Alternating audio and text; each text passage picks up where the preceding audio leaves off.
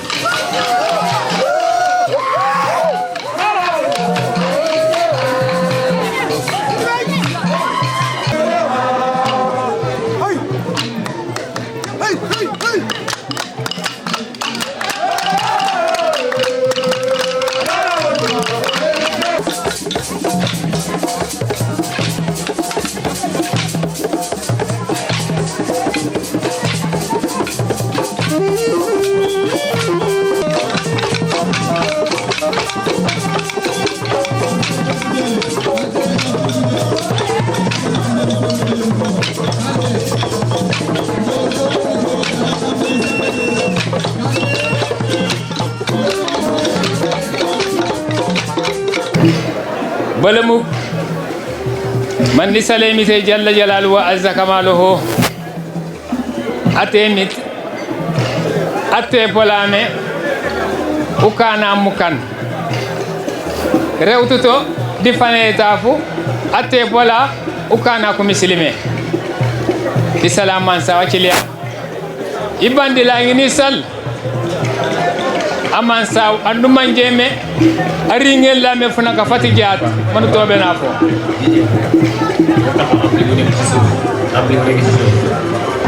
munu tobe na funa ka fatija funa ka fomu ko fata kabiling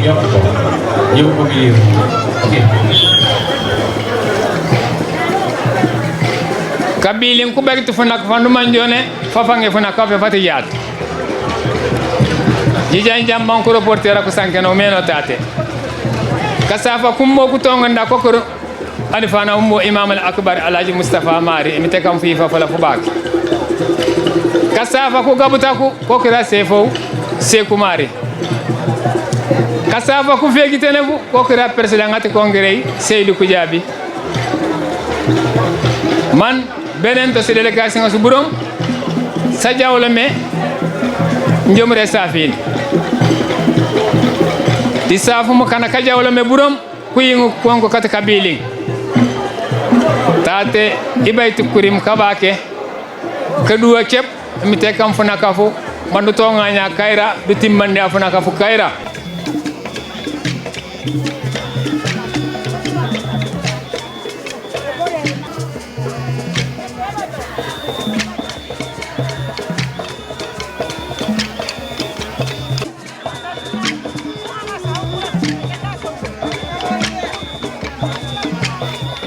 wandi baje bete lobtate kabiling ubilo jat umata tate aw buka sewo c'est parce que kabiling yom tate mané ehomenore kabili yon tate anosan biite bola bo mambu sewo mata e mangyati sukei ye jaralo la yo de mambu kakulo be liste congrès depuis 74 ba jat ola kokre jow donc ikarangut bareka karami ko ne mangeti sukoli de bobokri kayine ne katamite donc kabili njine inen ban njomre lawul manji jokto jakum jikaten u bajutalu cewu de leti kabilin di lolo bio Dakar ano sandulate kabilin bokoti kafoki donc bu kanaku mambi ku wacili ditanu sopanya jakumanu katen kasafor mata niche bala bu jonjon ban kanwane mulal furima fu kujupo bare kay senu matiri sewo ka sewo kanu manjone keringe surtout ribu yisen men ban ku tiola kati gambi ku kangmi di congrès wiye yati keribo donc keribo njomre salul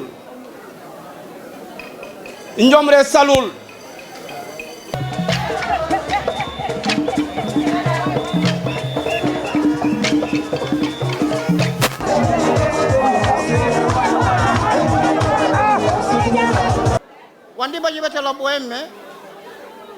ci délégation asu in jomri ka kontaan vraiment di ebilalul et surtout simplement ay mamerati ati tionkesi ati kataba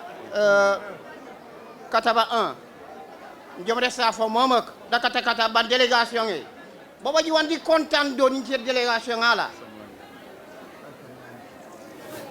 wandi kontaan me woy me jaat ku tioli kanduma jone jaar ka représenter me jaat kan me kati kabili ngan kati kataba nandi joki me nanin sumo mak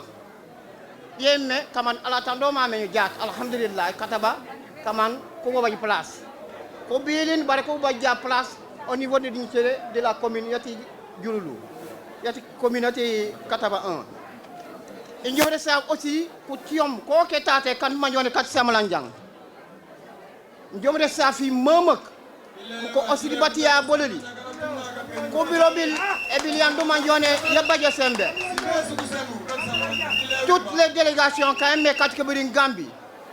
jobo Dakar borum Mbour bo burom e njomre safil man kandilat me wonku ci cew jaalil ci lambo yori mako e baji furim fucce den deti contane barbare Je vous remercie.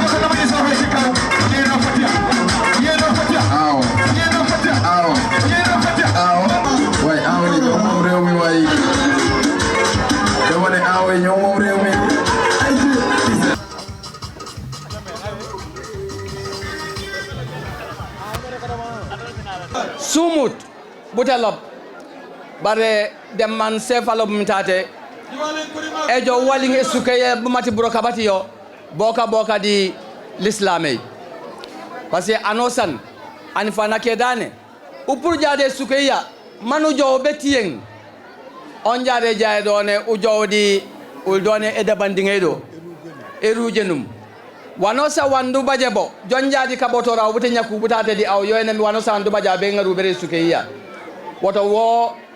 le section à l'extérieur comedy e kanay bare uli koko de kayo di burok bate souk bare fanan di buyok parce que du loy bude chamu pass mante uri ngu kabiling wa muy jom de tegey di wan ulam de tegey tiken wanor bare u boole jadi passé an dot me passé di dimbaye tubuta bilu to ku kabiling e du mati wan domi de kanay di kamankate su kep ku ngol ne ku kan manu kammo il y a des difficultés surtout di Gambie ubokotal sikori yokane birin nan sefa yitoe panjiju kumati batega pambuam mambutitie pasi butuka puren ekori yati Gambie bute joyenye sefa tengi mante kan kada jale mante yoku uringen mbikitu utek balle mati kamangati kadi batek bar pobul ko di kallaw congrès ati kabiling mbe kuyam fulito latilim esaf bukana kanu luri borlami ko na mi kutiwli kati elkaku bajalelin kanduri borlam be mati ke sume kati kabiling duri boru di furim fati enyas mati kajamora kati kabiling yo ulu wonor mi gambi done manu lako manu ngar uyegitoli tunen tintanor manu bidi yal yakon ubilu kuisen kati kabili mati uli gambi duma mamanden problème yonto kabili problème de ban pasi kabili yanor yoy kammi uli e bilay lebu kan kuyito di ku ngar ka sum koli uli le deux parties ulu la ko e manu ngol nu miktimma handen anor ku katello adoylu doy mana bilay sem mati furima fam ku katello mi foye na mi fati ka jamora ko foko na miring lo jatate di sumati yoy kammi mankuri ngutate kat futanta fe ngewri mambo mutute ba e di kontaan si délégation nga sa dingulo me congrès ti karibu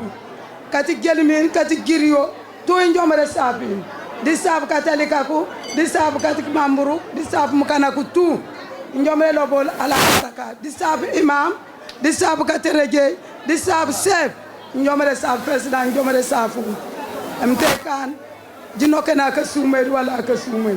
mtekan banu jongora me baja ka re sumay merci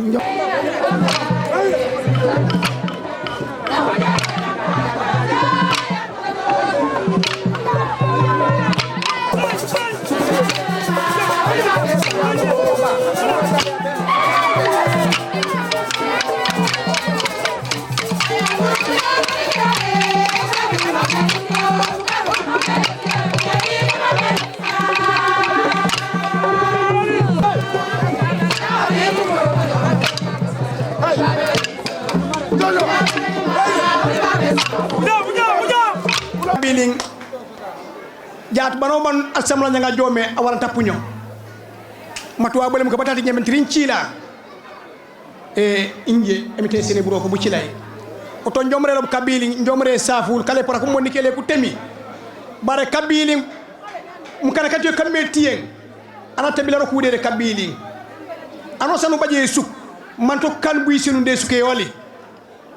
nenu kan to buy senu de suke ko jokay buy senu de suke te ku ciaso bagtu naha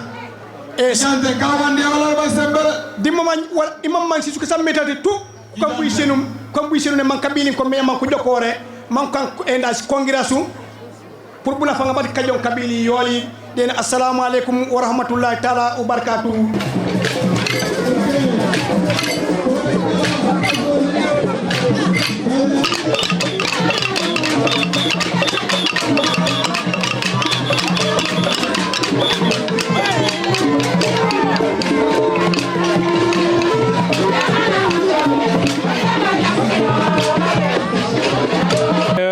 avons une appréciation très positive de cette journée d'ouverture du congrès de Kabiline. Donc, depuis toujours, quand on organise un congrès, nous avons des sections qui nous viennent de partout. Il y a les sections locales composées de 4 et les sections extérieures composées de 5. Cette année, la particularité est que après quelques années de suspension d'organisation du congrès au niveau de Kabiline, on est revenu l'année dernière avec la section de Djirio et Djenimine et cette année nous sommes à Keribo. Et nous avons vu les délégations ont fortement augmenté. Gambie qui est venu avec un bus et d'autres véhicules, Dakar qui est venu avec un bus et la section de Mbour qui se trouve être une petite section mais qui s'est mobilisée massivement, la section de Kaolack et la section de Ziguinchor. Au-delà de cela, nous avons les cousins à plaisanterie, Caron, Moulamp,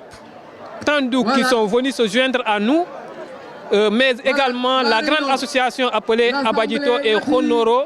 arrondissement de Kataba 1. Nous avons également les frères de Kataba 2 qui sont venus se joindre à nous. Et l'autre congrès de Kabiline, intitulé l'Association pour le développement économique de Kabiline 2, qui est également qui s'est joint à nous pour vraiment cette cérémonie. Donc, on voit pour cette édition véritablement des frères de sang de Kabiline qui se sont appropriés de cette organisation en venant massivement se joindre à nous.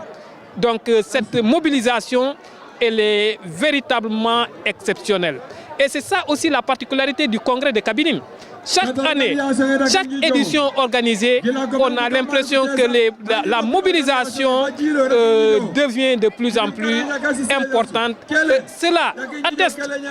véritablement que la compréhension,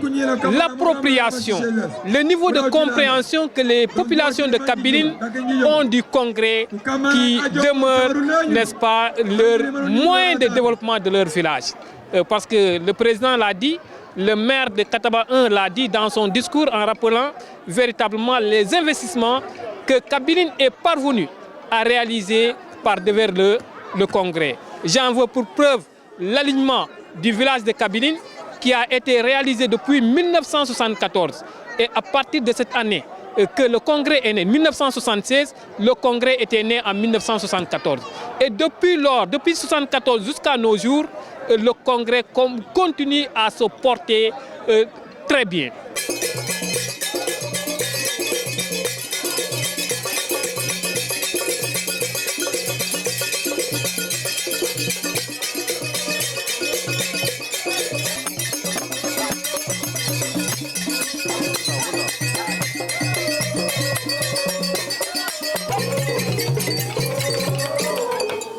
Voilà, merci beaucoup, merci.